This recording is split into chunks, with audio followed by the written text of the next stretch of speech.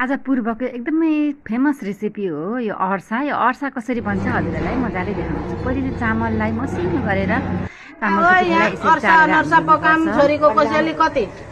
अनि एउटा भाँडामा घिउ राख्छौँ अनि एउटा कचौराले नापेर चिनी लिन्छौँ। जति चिनी लिन्छौँ त्यति नै हामी दुई कचौरा चिनी लियो भने 2 कचौरा दुध पनि लिन्छु।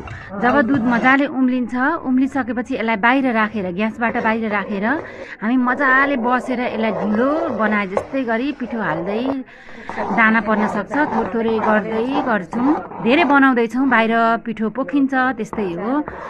अनि जबसम्म यो सफ्ट राम्रो अनि यो चम्चीले जबसम्म पिठो छोड्दैन तबसम्म हामी यसरी नै पिठो राख्दै जान्छौँ। अझै पनि हेर्नु त किलो छ हामी बनाउँदै जाँदैछौँ। अब भने राम्रो भयो आमाले हेर्दै एकछिन चाहिँ कस्तो बन्यो भनेर। अब हाम्रो बनाउनलाई तयार भइसक्यो। थोरै गरेर अर्को एउटा प्लेटमा लिन्छौँ अनि त्यसलाई बाँकी रहेकोलाई सेलाउन दिनु हुँदैन छोप्छौँ अनि यो निकालेकोलाई हामी यसरी बनाउँदै जान्छौँ। रोटीको आकार दिँदै जान्छौँ जसलाई हामी अर्सा पथारेको भन्छौँ।